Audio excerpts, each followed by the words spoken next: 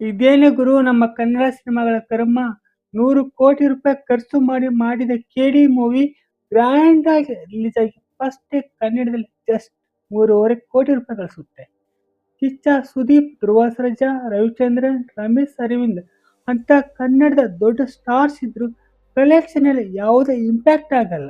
ಆದ್ರೆ ಜಸ್ಟ್ 70 ಕೋಟಿ ರೂಪಾಯಿಲಿ ರೆಡಿಯಾಗಿ ಮೊನ್ನೆ ಅಷ್ಟೇ ಕಷ್ಟಪಟ್ಟು ಒದ್ದಾಡಿಕೊಂಡು ರಿಲೀಸ್ ಮಾಡಿದ ತಮಿಳು ಭಾಷೆಯಲ್ಲೇ ಕರ್ನಾಟಕದಲ್ಲಿ ರಿಲೀಸ್ ಆಗಿ ಫಸ್ಟ್ ಡೇನೆ 4 ಕೋಟಿ ರೂಪಾಯಿ ಗಳಿಸುತ್ತೆ. ಇದಕ್ಕೇನು ಹೇಳೋಣ ಸ್ವಾಮಿ. ಹಾಯ್, ಹಲೋ, ಎಲ್ಲ ಚೆನ್ನಾಗಿದ್ದೀರಾ ಅನ್ಕೊಂತೀನಿ.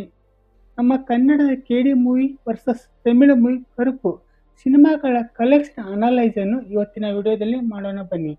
ವಿಡಿಯೋ ತುಂಬ ಇಂಟ್ರೆಸ್ಟಿಂಗ್ ಆಗಿರುತ್ತೆ. ಎಲ್ಲಿಯೂ ಸ್ಕಿಪ್ ಮಾಡಿದ ಕೊನೆವರೆಗೂ ನೋಡಿ. ನೀವು ಇನ್ನೂ ನಮ್ಮ ಚಾನಲ್ಗೆ ಸಬ್ಸ್ಕ್ರೈಬ್ ಆಗಿಲ್ಲ ಎಂದಾದರೆ ಈ ಕೂಡಲೇ ಸಬ್ಸ್ಕ್ರೈಬ್ ಮಾಡಿ, ಪಕ್ಕದಲ್ಲಿ ಕಾಣುವ ಬೆಲ್ ಬಟನ್ ಒತ್ತಿ.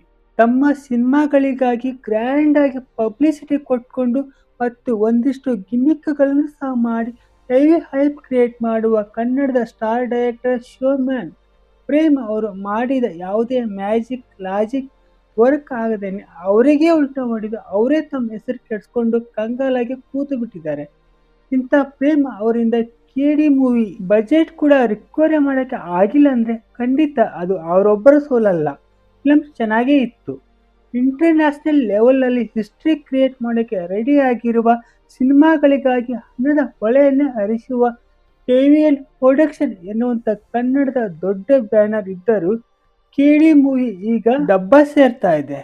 ಒಂದು ತಮಿಳಿನ ಮೂವಿ ಕೇಡಿ ಮೂವಿಗಿಂತ ಕರ್ನಾಟಕದಲ್ಲಿ ಜಾಸ್ತಿ ಕಲೆಕ್ಷನ್ ಮಾಡುತ್ತೆ ಅನ್ನೋದೇ ತುಂಬಾ ಮುಜುಗರ ಹುಟ್ಟಿಸುವ ವಿಷಯ. ತಮಿಳಲ್ಲೇ ರಿಲೀಸ್ ಆಗಿ ಕರ್ನಾಟಕದಲ್ಲಿ ಫಸ್ಟ್ ದಿನನೇ 4 ಕೋಟಿ ಗಳಿಸಿದ ಅದೇ ಕರುಪು ಮೂವಿ ತೆಲುಗಿಗೆ ವೀರಭದ್ರುಡು ಎನ್ನುವ ಹೆಸರಿನಲ್ಲಿ ಡಬ್ ಆಗಿ ಆಂಧ್ರ ತೆಲಂಗಾಣದಲ್ಲಿ ರಿಲೀಸ್ ಆದರೆ ಅಲ್ಲಿ ಇದು ಗಳಿಸಿದ್ದು ಎಷ್ಟು ಗೊತ್ತಾ? ಒಂದು ದಿನಕ್ಕೆ ಜಸ್ಟ್ 70 ಲಕ್ಷ ರೂಪಾಯಿ. ಇದನ್ನು ನೋಡಿದರೆ ಗೊತ್ತಾಗುತ್ತೆ ನಮ್ಮ ಕರ್ನಾಟಕ ಮತ್ತು ತೆಲುಗು ರಾಜ್ಯಗಳಿಗೂ ಇರುವ ವ್ಯತ್ಯಾಸ.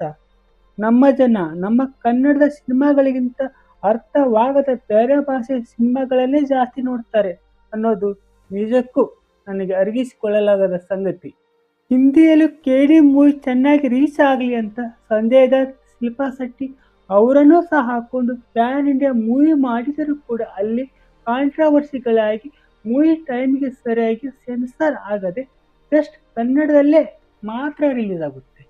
ಬೇರೆ ಭಾಷೆಗಳಲ್ಲಿ ಮುಂದಿನ ವಾರ ಆದರೂ ರಿಲೀಸ್ ಆಗುತ್ತೆ ಅಂದ್ಕೊಂಡ್ರೆ ಮೂವಿ ರಿಲೀಸ್ ಇಲ್ಲ ಸ್ವಾಮಿ. ಹಾಗಾದರೆ ಪ್ಯಾನ್ ಇಂಡಿಯಾ ಮೂವಿ ಅಂತ ಅಷ್ಟು ದುಡ್ಡು ಖರ್ಚು ಮಾಡಿ ಏನು ಉಪಯೋಗ? ಪ್ರೇಮ್ ಅವರಿಗೆ ಮೊದಲೇ ಸರಿಯಾದ ಪ್ಲಾನಿಂಗ್ ಇರಲಿಲ್ವಾ?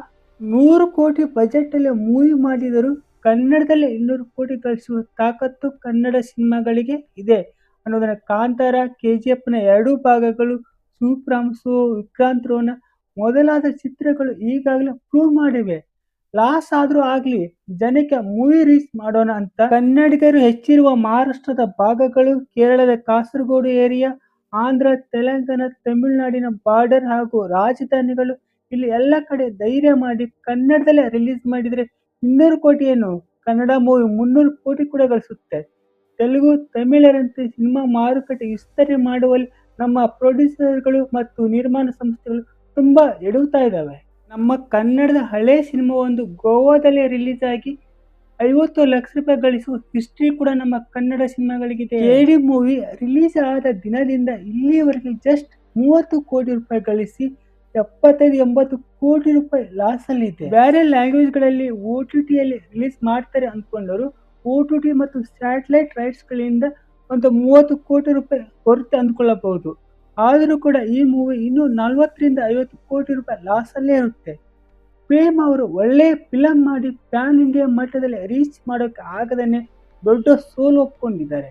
ಅದೇ ತಮಿಳಿನ ಕರುಪು ಮೂವಿ ಜಸ್ಟ್ ತಮಿಳ್ ಲ್ಯಾಂಗ್ವೇಜಲ್ಲಿ ಹೊಸ ಹಿಸ್ಟ್ರಿ ಕ್ರಿಯೇಟ್ ಮಾಡ್ತಾ ಇದೆ. ತಮಿಳಿನ ಸೂಪರ್ ಸ್ಟಾರ್ ಸೂರ್ಯ ಮತ್ತು ತ್ರಿಷಾ ಕೃಷ್ಣನ್ ಅವರು ಆ್ಯಕ್ಟಿಂಗ್ ಮಾಡಿ RJ ಬಾಲಾಜಿ ಡೈರೆಕ್ಷನ್ ಮಾಡಿರುವ ಕರುಪು ಮೂವಿ 4 ದಿನಕ್ಕೆ ಒಟ್ಟಾರೆ 110 ಕೋಟಿ ಗಳಿಸಿದ್ದು ಸಿನಿಮಾ ಥಿಯೇಟರ್ಗಳಲ್ಲಿ ಭರ್ಜರಿಯಾಗಿ ಓಡ್ತಾ ಇದೆ. ಇದಾಗಿತ್ತು ಇವತ್ತಿನ ವಿಡಿಯೋ. ಈ ವಿಡಿಯೋ ನೋಡಿ ನಿಮಗೆ ಏನು ಅನಿಸ್ತು, ಏನಿಲ್ಲ ಅನ್ನೋದನ್ನು ಕಾಮೆಂಟ್ ಮಾಡಿ. ವಿಡಿಯೋ ಇಷ್ಟ ಆದರೆ ಒಂದು ಲೈಕ್ ಕೊಟ್ಟು ನಿಮ್ಮ ಸ್ನೇಹಿತರೊಂದಿಗೆ ಶೇರ್ ಮಾಡಿ. ಮುಂದಿನ ವಿಡಿಯೋದಲ್ಲಿ ಮತ್ತೆ ಸಿಗೋಣ. Take care.